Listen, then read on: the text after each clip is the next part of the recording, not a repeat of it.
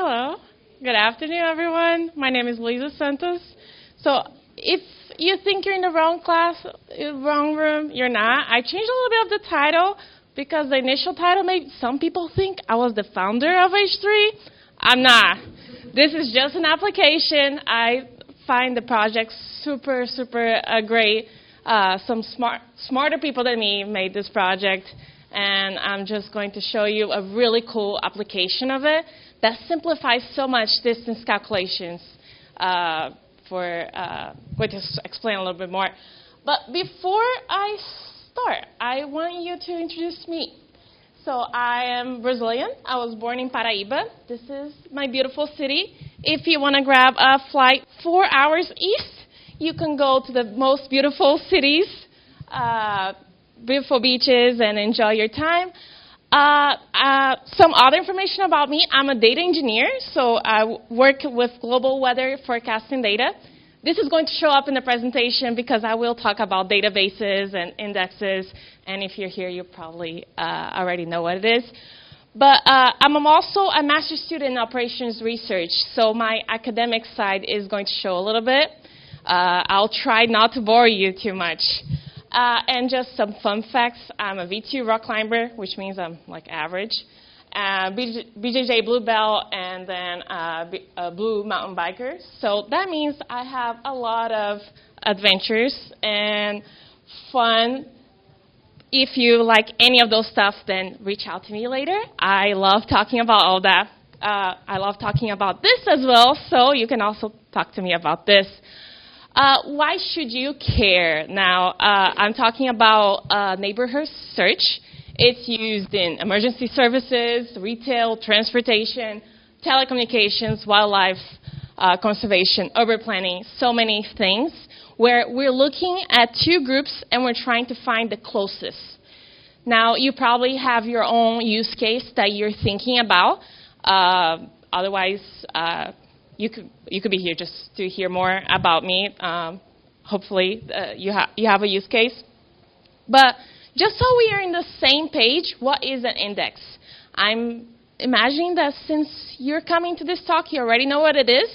But just in case you only here for the visualizations, index, think of it as a shortcut. So we store something in memory to help us find data more quickly in a more efficient way. There's many different types. There's R tree, B tree, GIS, SP, GIS, BRIN, and so many others.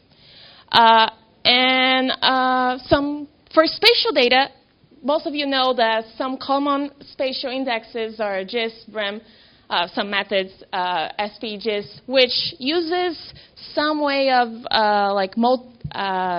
multi-dimensional and index, and uses some sort of bounding boxes or some variation of that. Now, B-tree is not usually used for spatial because it only uses one column, and it works for data that you store in order. So it's used for like features and other things that you can find in natural order. But H3 uses that. H3 is a hierarchical geospatial index, which is written in 64 bits, so very memory efficient, and can be represented in 15-character hexadecimal format. So it's efficient to use with binary tree search algorithms. It's easy to move between different resolutions. So if your data is stored in resolution 5 and you want to move up to resolution 4, you can easily do that from the index. And something else about H3 is that it divides the Earth in hexagons. Now, hexagons are really neat. If you store data, if you look at polygons for like triangles, you have some neighbors which are not exactly the same distance as others.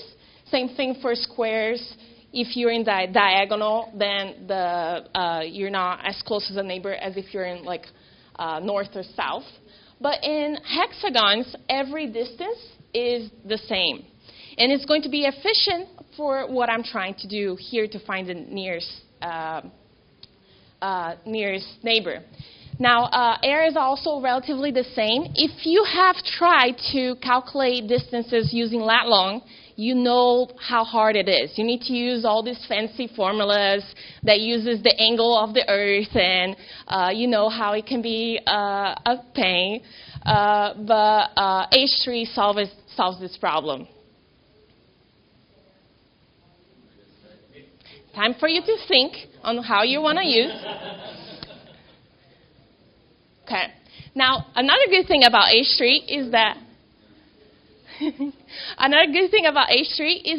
it has support in many different languages. It's written in C, but there are bindings in Python and Postgres and DuckDB and JavaScript, Go, and many others that are currently being written right now. It has a really large and active community, so that means that you don't need to worry that it's just going to disappear. Yeah, it's not going to disappear like this. But I'm going to show you the process. It's going to be super fast. You're going to be like, okay, this is it. But before I do that, I'm going to show you, I'm going to use grid distance. So what is grid distance? Grid distance is defined as the minimum number of hops that you need to take from one cell to another. Now, you can convert this back to kilometers, miles, if you're American, yards, and football fields, just by doing a simple multiplication, which is great. And it's relative to the resolution that you choose. Remember, I said that the areas and the distance stays the same. So you can do that in the whole world, and then the same application you can do very easily. Now, I used to be a teacher, so I brought a friend to help you. So you're in that hexagon, and you want to know how to get all the way over here. You're going to count your hops 1, 2, and 3. Okay, so this is exactly what the formula is going to do. It's done in a function that's already written for Postgres, Python, all those other ones.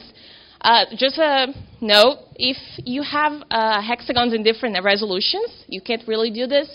But like I said, it's hierarchical. You can easily transform it from one resolution to another. So super simple. And if they're very far apart, they may fail, but we're trying to find the nearest neighbors. If it fails with everyone, that means there's no nearest neighbors. So efficient anyway.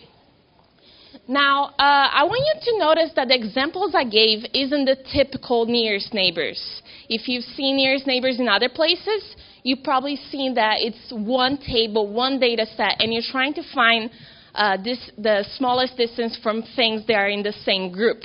But the examples I'm talking about are two separate groups. So let's say you have aircrafts and then you have airports. You're not trying to find the distance between airport and airport or aircraft and aircraft.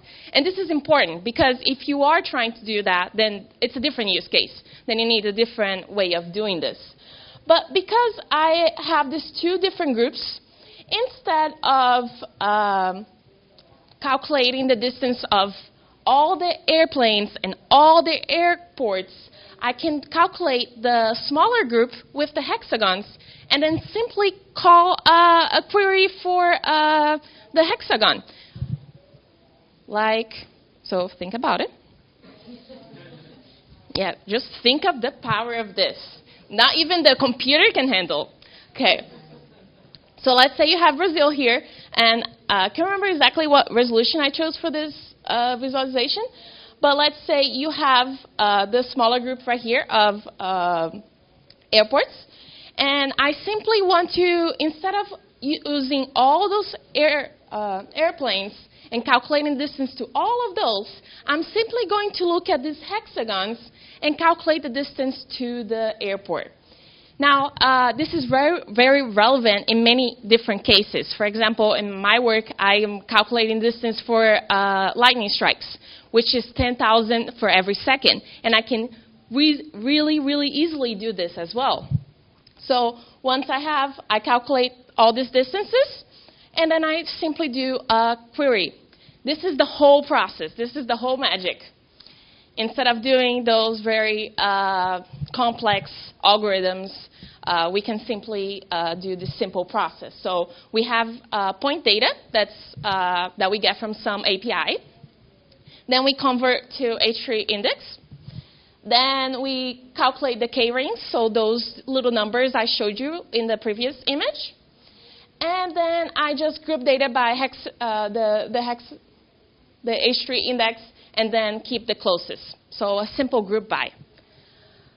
And this is thinking about in like a Postgres tables, but like this can be the same structure for like a Python dictionary or any other language that you feel comfortable. But you can see that the model is very simple. You just have a raw table, k-rings, and a closest object. Very simple structure, and you can do those very expensive, if you were doing in a script, could be very expensive calculations. And you can do it in milliseconds.